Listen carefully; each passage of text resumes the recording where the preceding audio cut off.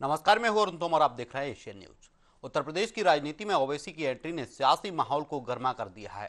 Samajwadi party, Congress और BSP जैसे दलों पर मुस्लिम पॉलिटिक्स का दबाव बढ़ रहा है। ओवैसी ने यूपी में आते ही मठेरा विधानसभा से एआईएमआईएम के प्रदेश अध्यक्ष शौकत अली को उम्मीदवार घोषित कर दिया है। इतना ही नहीं, बहराइच में रैली के दौरान ओवैसी ने कहा कि मुसलमानों पर अत्याचार हो रहा है, एनकाउंटर हो रहे हैं और अखिलेश यादव जिनका प्रचार प्रसार बंगाल और यूपी में बैठकर कर रहे थे, उनके सांसद और विधायक लाइन लगाकर भाजपा ज्वाइन कर रहे हैं। वहीं समाजवादी पार्टी के प्रवक्ता फखरुल हसन चांद ने तंज कसते हुए कहा कि ओवैसी उत्तर प्रदेश की यात्रा पर आ रहे हैं, ये उनका पॉलिटिकल टूरिज्म है। ओवैसी तब कहाँ रहते हैं जब यूपी में मुसलमानों पर अत्याचार होता है, तब केवल अखिलेश यादव और समाजवादी पार्टी ही मुसलमान के मुद्दे पर सरकार से सवाल पूछती है और उनके हक की बात करती है। वहीं भारतीय जनता पार्टी ने पलटवार करते हुए विकास और सामाजिक उत्थान के एजेंडे से कुछ राजनीतिक दलों को डर लग रहा है, उन्होंने कहा है, इसलिए वो गिरोह बनाकर सरकार के विजन और मिशन को रोकना चाहते हैं। मुस्लिम परस्त राजनीति का अब यूपी में अंत हो चुका है। डिबेट में जाएंगे, उससे पहले एक बयान सुन लीजिए। उत्तर प्रदेश की जनता से अपील कर रहा हूं, बहराइच और मटेरा की जनता से अपील कर रहा हूं, आप मजलिस का साथ दीजिए। हम मर जाना पसंद करेंगे मगर अपने ईमान पर आपकी मोहब्बत का सौदा नहीं करेंगे। ताकतों के सामने इल्जाम हम पर लगाया जाता है मगर कारनामे कोई और करता है। बताओ अखिलेश यादव जो ममता बनर्जी के 20 एमपी चले गए, क्यों गए वो? उनको कोई कुछ नहीं बोलता। और असदुद्दीन ओवैसी आपके हक के लिए, आपकी सियासी लीडरशिप के लिए आ रहा है तो इन सबको डर लगता है। डरना पड़ेगा तुमको, आप डरना पड़ेगा क्योंकि ये नौजवान अब जाग चुका है। इन नौजवानों ने ठान ली है कि इंशाअल्लाह ताला अब के बार उत्तर प्रदेश में इनके इत्तेहाद का एक इनकलाब बर्पा होगा। इनके इत्तेहाद से इनकी लीडरशिप पैदा होगी। इनकी मेहनत से इंशाअल्लाह ताला आपके नुमाइंदे उत्तर प्रदेश के विधानसभा में जाएंगे। कि जब उत्तर प्रदेश में अल्पसंख्यकों के मुद्दे थे, अल्पसंख्यकों के घरों पे, मस्जिदों पे, मज़ार पे सवाल थे, ओवैसी जी कहाँ थे? अल्पसंख्यक संस्थाओं पे सवाल खड़े हुए, ओवैसी जी कहाँ थे? मदरसा बोर्ड पे सवाल खड़े हुए, मदरसों पे सवाल खड़े हुए, ओवैसी जी कहाँ थे? सबसे बड़ा सवाल ये कि ओवैसी जी खुद को बैरिस्टर कहते हैं। उत्तर प्रदेश का अल्पसंख्यक आदरणीय अखिलेश यादव जी और समाजवादी पार्टी की तरफ बहुत आस और उम्मीद से देख रहा है और टूरिस्ट के रूप में आए हुए किसी भी दल को, किसी भी नेता को उत्तर प्रदेश का अल्पसंख्यक न उसने पहले स्वीकार किया था न इस बार स्वीकार करेगा। देखिए, मुस्लिम परस्त राजनीति करने वाले सारे राजनीतिक दल एक बड़ा गिरोह बनाकर उत्तर प्रदेश में विकास की ओर दौड़ रही भारतीय जनता पार्टी की सरकार का रास्ता रोकने का कुचक्र कर रहे हैं। लेकिन उत्तर प्रदेश की विकास की राजनीति में रम गई उत्तर प्रदेश की जनता ऐसी मुस्लिम परस्त राजनीति को एक बार फिर से धता बताकर तीसरी बार योगी आदित्यनाथ जी के नेतृत्व में अपनी सरकार बनाई। इस पर ज्यादा चर्चा के लिए हमारे साथ डॉक्टर नितेंद्र सिंह सपा प्रवक्ता है, राघवेंद्र सिंह बीजेपी प्रवक्ता है, डॉक्टर शहीद खान एआईएमआई प्रवक्ता हमारे साथ जुड़े हैं। आप तीनों ही मेहमानों का एशियन न्यूज में बहुत बहुत स्वागत है। पहला सवाल डॉक्टर नितेंद्र जी आपसे लेंगे। असदुद्दीन ओवैसी की एंट्री उत्तर प्रदेश में हो गई है। वो कह रहे हैं कि मुसलमानों का ख्याल नहीं रखा जा रहा है और अगर वो मैदान में उतरते हैं तो सपा को कितना नुकसान होने वाला है? जी धन्यवाद अरुण जी। जी देखिए, ओवैसी जी उत्तर प्रदेश, बिहार, बंगाल सब जगह टूरिस्ट के तरीके आते हैं और अपना चुनाव के समय आते हैं, चले जाते हैं। उनसे ये पूछा जाए कि वो जहां पर राजनीति करते हैं जी वो वहां पर कितनी बड़ी ताकत में अपनी सीट के अलावा दूसरी सीट जीतने की जिसकी हैसियत नहीं हो अपने मूल प्रदेश में, वो दूसरे प्रदेश में आकर के सिर्फ एक सांप्रदायिक माहौल बनाने की कोशिश करे। इससे कुछ होने जाने वाला नहीं। इस प्रदेश की जनता जानती है और इस प्रदेश की जनता सेकुलर मोड पर रहती है। वो किसी भी कट्टरपंथी व्यक्ति को स्वीकार नहीं करती है। रही बात इनके तमाम सारे सवाल उठाने की और रही बात भारतीय जनता पार्टी की, ये बार बार मुस्लिम तुष्टीकरण, अभी भारतीय जनता पार्टी के साथी कह रहे थे कि वो जो मुस्लिम राजनीति करने वाले लोग इकट्ठा हो गए, वो गैंग बन गए फलाना, मैं पूछता हूँ, ये मुसलमानों को स्पेशल सुविधा देने का काम किसकी सरकार में हो रहा है? अभी भी 2-4 दिन पहले माननीय मुख्यमंत्री जी का एक बयान मैं सुन रहा था, जी वो मुस्लिम तलाकशुदा महिलाओं को आवास दिया जाएगा, मुस्लिम तलाकशुदा महिलाओं को अंत्योदय वाला कार्ड दिया जाएगा। तो नितिन जी, क्या इसमें गलत हिंदू क्या? अगर महिलाओं से सरकार कोई उनको दे आपत्ति रही है तो अच्छी बात है, देना भी चाहिए। अरे, अगर कोई परेशान है, पीड़ित है, अरुण जी, उसको सुविधाएं मिलनी चाहिए। नहीं, हाँ, अच्छा कि आपने सवाल पूछ लिया। मैं यही बात आगे जोड़ रहा था जी कि हिंदू महिलाओं में क्या थी कि ये अगर कहा जाता कि सभी तलाकशुदा महिलाओं को आवास देंगे, सभी तलाकशुदा महिलाओं को अंत्योदय कार्ड देंगे, इसमें कोई आपत्ति थी? हिंदुओं से कोई एलर्जी है क्या? आप एक तरफ 80-20 की बात करते हो, दूसरी तरफ ये डिवीजन क्यों जी भाई? आप करें तो लीला और दूसरा करे तो करेक्टर ढीला। ये कब से दोहरी राजनीति भारतीय जनता पार्टी की होने?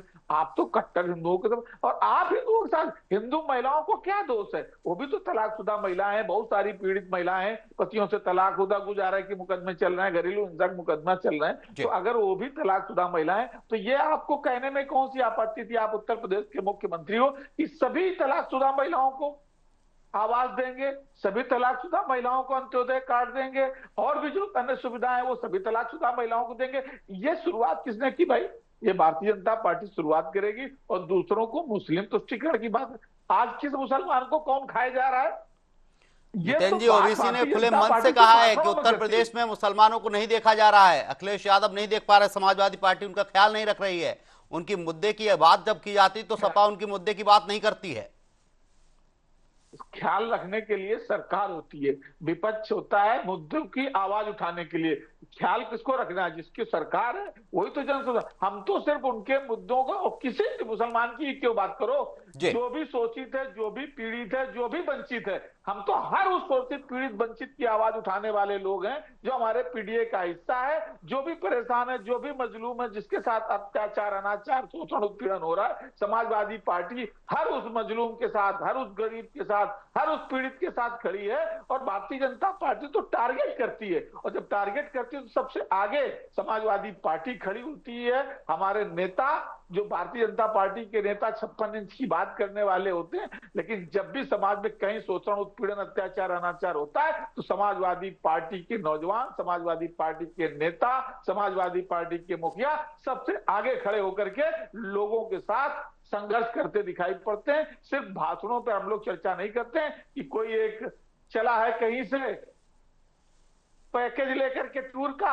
और उस पैकेज के आधार पर आएंगे, थोड़े बहुत दिन चू चपाड़ करेंगे और फिर गायब हो जाएंगे, फिर नहीं दिखाया। अभी आपने हमारे प्रवक्ता फखरुद्दीन को दिखाया था, फखरुद्दीन ने कुछ सवाल उठाए थे, वो सवाल उनके जवाब कौन देगा वो तो पता चलेगा, वक्त के हालात बताएंगे। इस देश का आवाम, इस देश का हिंदू मुसलमान मिल करके एक साथ शांतिपूर्वक रहना चाहता है, और देश की और प्रदेश की राजनीति में एक सेकुलर व्यवस्था पर कायम रहना चाहता है। किसी भी कट्टरपंथी को, चाहे वो जो भी हो, उसको कोई पसंद नहीं करता है। चाहे भारतीय जनता पार्टी के अनुसांगिक संगठन जो कट्टरपंथी और आए दिन बवाल करते नजर आते हैं, और चाहे वो इनके जैसे लोग हों जो पॉलिटिकल टूरिज्म पर निकलते हैं। ठीक है, डॉक्टर शहीद खान जी के पास जाऊंगा। टूरिज्म करके डॉक्टर शहीद खान जी, ओवैसी आए, प्रचार भी किया और अपना एक कैंडिडेट भी उतार गए मैदान में। क्या विपक्षी एकता को तोड़ने का काम ओवैसी कर रहे हैं? सपा को सीधा सीधा नुकसान पहुंचाने का काम करेंगे? बिल्कुल, धन्यवाद जी अरुण जी, धन्यवाद आपका। जी, जैसा कि हमारे समाजवादी पार्टी के प्रवक्ता डॉक्टर नितिन सिंह साहब का कहना है हमारी पार्टी के बारे में, जी हम लोग सांप्रदायिकता फैलाते हैं, तो उसका जवाब मैं बाद में दूंगा। पहले मैं आपका जवाब दे देता हूं आपकी बात। जी, अगर हम आए हैं उत्तर प्रदेश में, अगर हम आए हैं चुनाव के लिए, इलेक्शन लड़ने के लिए, तो इसमें क्यों आपत्ति है? समाजवादी पार्टी को इसमें क्यों आपत्ति हो रही है, या भारतीय जनता पार्टी को इसमें क्यों आपत्ति हो रही है? हम किसी का नुकसान करने नहीं आए, हमें किसी के नुकसान से, किसी के फायदे से कोई मतलब नहीं।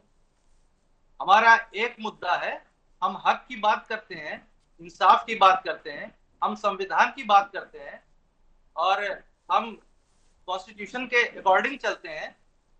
ऐसी कोई बात नहीं कि हम किसी का नुकसान करने आए हैं, हमने हम समाजवादी पार्टी का नुकसान करेंगे, इस तरह की ऐसी कोई बात नहीं है। क्या हमको अधिकार नहीं है, या ये हमारा नैतिक अधिकार नहीं है कि हम कहीं से भी चुनाव लड़ सकते हैं? नहीं, अगर बिल्कुल हम लड़ यूपी सकते में हैं, लेकिन आते किसी हैं एक समुदाय, एक विशेष के लिए और चुनाव अगर लड़ा जा रहा मटेरिया है, विधान, किसी एक समुदाय की बात की जा रही है, सभी लोगों को साथ में लेके, वोटर तो सभी हैं, उत्तर प्रदेश की हर एक जनता वोटर है। हम कहा कब हम कहाँ बात कर रहे हैं किसी एक समुदाय की? हम किसी एक विशेष समुदाय की बात हम कहाँ कर रहे हैं कि हम सिर्फ एक विशेष समुदाय को लेकर के चल रहे हैं, या हमें सिर्फ एक विशेष समुदाय का ही वोट चाहिए? हमने तो कभी ऐसी बात नहीं की। हमने तो मुसलमान, पिछड़े, शोषित, वंचित, लेकिन ओवैसी सभी तो लोगों मंच की से कह रहे हैं कि हम लोग बात कर मुसलमानों पर सकते हैं। अत्याचार हो रहा है, उनकी आवाज नहीं सुनी जा रही है, उनकी आवाज उठाने का काम करेंगे। जी हाँ अरुण जी, आप मेरे एक सवाल का जवाब दीजिए। इस समय नहीं, जो मैं पहले पूछ रहा हूं उसका जवाब दे दीजिए, फिर आगे चर्चा होगी। जी हाँ, मैं आपका जवाब ही मैं दे रहा हूँ। जी। वर्तमान समय में बीजेपी की सरकार में इस वक्त जिस कौम पे सबसे ज्यादा जुल्म हो रहा है, वो कौम कौन सी है? मैं तो कह रहा हूं सबको कानून के हिसाब से चीजें चल रही हैं। जो कानून का पालन नहीं कर रहा उसके खिलाफ कार्रवाई हो रही है। उसमें एक समुदाय या विशेष नहीं आता है, वो किसी भी समुदाय का हो, कानून सबके लिए बराबर है। बिल्कुल बिल्कुल बिल्कुल नहीं आता है। लेकिन ये कौन सी बात होती है कि अगर कोई एक दाढ़ी वाला है, कोई मुल्ला है, तो उसकी मॉब लिंचिंग कर दी जाती है? क्या ये उचित है? क्या मस्जिदों पे और मदरसों पे बुलडोजर चलाया जाता है? क्या ये उचित है? मैं नहीं कहता कि कोई भी अगर नाजायज तरीके से मदरसा या मस्जिद चल रही है तो उसको आप डिमोलिश ना करें, आप बिल्कुल उसको डिमोलिश करें। लेकिन अगर कोई बिना किसी सबूत के, बिना किसी नोटिस के किसी का घर गिरा देना, किसी की मस्जिद गिरा देना, किसी का मदरसा गिरा देना, क्या ये उचित है? क्या ये संविधान में लिखा है? क्या संविधान का आर्टिकल क्या हम लोगों को इजाजत नहीं देता है फ्रीडम ऑफ रिलीजन की, फ्रीडम ऑफ स्पीच की? तो इसमें क्यों आपत्ति किसी की हो रही है? और हम किसी एक समुदाय की बात नहीं कर रहे हैं, हम किसी एक समुदाय के लिए हम लड़ने नहीं आए हैं। हमारी लड़ाई हक की लड़ाई है, इंसाफ की लड़ाई है। हम संविधान की बात करते हैं और संविधान के साथ चलते हैं। उसमें सभी समाज के सभी लोग, सभी समुदाय के लोग हमारे साथ हैं और हम सबकी बात करते हैं। हम हिंदू मुस्लिम नहीं करते हैं। पहले के समय में भारतीय जनता पार्टी ने जो तुष्टीकरण किया धर्म के साथ, हिंदू को मुसलमान से लड़ाया, आज वही काम समाजवादी पार्टी वही बदतमीजियां कर रही है। आज समाजवादी पार्टी ने पैटर्न थोड़ा सा चेंज कर दिया, मुसलमान को मुसलमान से लड़ाने का। दोनों एक ही थैली के चट्टे बट्टे हैं। ठीक है, राघवेंद्र जी के पास जाऊंगा। राघवेंद्र जी, अभी जैसा AMIM प्रवक्ता कह रहा है, सपा प्रवक्ता कह रहे हैं कि हिंदू मुस्लिम की राजनीति बीजेपी करती है और एक विशेष समुदाय पर अत्याचार किए जा रहे हैं और मदरसे तोड़े जा रहे हैं और उन पर कार्रवाई की जा रही है, एक विशेष समुदाय को विशेष छूट दी जा रही है। अरुण जी देखिए, इन लोगों के हाथी के दांत जो होते खाने के अलग होते, दिखाने के अलग होते। समाजवादी पार्टी अब तक किसकी राजनीति करती रही है और AIMIM किसकी राजनीति करता है, ये हम भी भली प्रकार से जानते हैं अरुण जी, आप भी भली प्रकार से। जब समाजवादी पार्टी की सरकार होती है तब ये लोग मुस्लिम अपराधियों के अवैध हथियार बनवाते हैं। मुस्लिम अपराधी उनके अवैध हथियार बनवाते हैं। सरकार नहीं होती है तो कानपुर के चमनगंज चौराहे पर मुलायम सिंह यादव कहते हैं मुस्लिम नौजवानों से आप लोग अवैध हथियार रखिए। अभी हमारे मित्र कह रहे थे हम लोग हिंदू मुस्लिम नहीं करते हैं, पीड़ित सब एक समान है। जो आपके संभल में 1978 में दंगा हुआ था, 184 लोग मारे गए थे। उसमें जो इनकी सरकार बनी तो जितने भी अपराधी थे मुस्लिम समाज के मुकदमे वापस ले लिए गए। ये इनका जो है क्या तुष्टीकरण नहीं है तो क्या है? तो बीजेपी क्या अब उसका बदला ले रही है सरकार में आने के बाद? नहीं बता रहे, कोई बदला नहीं ले रही है भाई। ये बताइए, जितने भी मदरसे तोड़े गए, जितने भी मस्जिदें तोड़ी गई, जितने भी आपके स्लॉटर हाउस हटाए गए, वो अवैध नहीं थे क्या? जितने भी भवन तोड़े गए, मैं आगे भी बढ़ रहा हूँ, ये सब एनक्रोचमेंट थे, अवैध तरीके से बनाए गए थे तो तोड़े गए। इसमें आपत्ति कहां से आ गई है? ये बताकर कोई इनको कोई समस्या है तो न्यायालय जा सकते हैं। ये कितने न्यायालय गए ये लोग? गाल बजाने के अलावा इनके पास कोई काम बचा है क्या? ये अपराधियों में भी जातियां ढूंढने लगे, अपराधियों में भी धर्म ढूंढने लगे। लगभग 280 के लगभग उत्तर प्रदेश में एनकाउंटर हुए, उससे 2-4 कम हुए हैं। मात्र मुस्लिम समाज के 62 या 63 लोगों का एनकाउंटर हुआ, उसके बाद ब्राह्मण समाज के लोगों का, उसके बाद क्षत्रिय समाज के लोगों का एनकाउंटर हुआ। लेकिन इन लोगों को सिर्फ मुस्लिम समाज का नजर आया है, चाहे यतीन सिंह जी हो, चाहे आपके हमारे AYMIM के प्रवक्ता हो, इनका जो है मेरुदंड ही मुस्लिम वोटर है। भाई AIMIM उत्तर प्रदेश में चुनाव लड़ना चाहती है तो भारतीय जनता पार्टी रोकने वाली होती कौन है? ना हमारे रोकने से रुक जाएंगे, ना हमारे कहने से चुनाव लड़ेंगे। भाई संविधान ने इनको अधिकार दिया हुआ चुनाव लड़ने का, चुनाव लड़िए, स्वागत है, लड़ना चाहिए इनको। लेकिन इनको रोकने का अधिकार भारतीय जनता पार्टी का बिल्कुल नहीं है। हम लोग देखिए अपने काम पर विश्वास रखते हैं। हमारी लंबी समय हो गई केंद्र की सरकार, लंबा समय हो गया राज्य की सरकार। हमारी जितनी भी योजनाएं हैं, चाहे केंद्र की हो चाहे प्रदेश की योजनाएं हो, उत्तर प्रदेश में मुस्लिम आबादी 20% है। कोई भी योजना हो उसमें 30% से अधिक मुस्लिमों की भागीदारी है। हम लोग जो है सबका साथ सबका विकास सबका विश्वास को नारे को लेकर के आए हैं। आज की तारीख में उत्तर प्रदेश में थोड़ा बहुत मुस्लिम वोट हमको मिलने लगा है, ऐसा नहीं है। लेकिन AIMIM हो चाहे समाजवादी पार्टी के प्रवक्ता हो, इनका तो आधार ही मुस्लिम वोट है। लंबे समय तक ये 4 बार सरकारें रही हमारे अखिलेश यादव की, समाजवादी पार्टी की। मुसलमानों के लिए क्या कर दिया? अंबाई क्या किया इन लोगों ने मुसलमानों के लिए? यादवों को एक परिवार के नाम पर ठगने का काम किया, मुसलमानों के लिए धोला काम नहीं किया, मात्र आतंकवादियों का तुष्टीकरण करते रहे। आजमगढ़ में आतंकवादियों को माता कुर्सी में जाते थे साहब जी। जब इलाहाबाद हाई कोर्ट में आतंकवादी बंद होते हैं तो अखिलेश यादव हलफनामा देते हैं अपनी सरकार में, कहते हैं इनको छोड़ दीजिए, इससे हिंदू मुस्लिम सौहार्द कायम होगा। लेकिन राघवेंद्र जी, अभी सपा प्रवक्ता कह रहे थे कि मुस्लिम तलाकशुदा महिलाओं को आवास दिया जा रहा है, हिंदू तलाकशुदा महिलाओं को आवास नहीं दिया जा रहा है। ये भेदभाव क्यों किया जा रहा है? नहीं दिया जा रहा है, ये किसने कह दिया? अभी सपा प्रवक्ता आरोप लगा रहे हैं। क्या रात में इनको सपना आया है भाई? क्या भाई ऐसा कहा गया कि हिंदू तलाकशुदा महिलाओं को आवास नहीं दिया गया? अगर माननीय योगी जी ने ये बात कह दी, कोई अपराध कर दिया क्या? मुसलमानों महिलाओं की क्या स्थिति है पता है आपको? क्या शाहबानो प्रकरण आपको क्या है? शाहबानो प्रकरण में राजीव गांधी ने जो सुप्रीम कोर्ट का ऑर्डर था उसको पलट दिया था।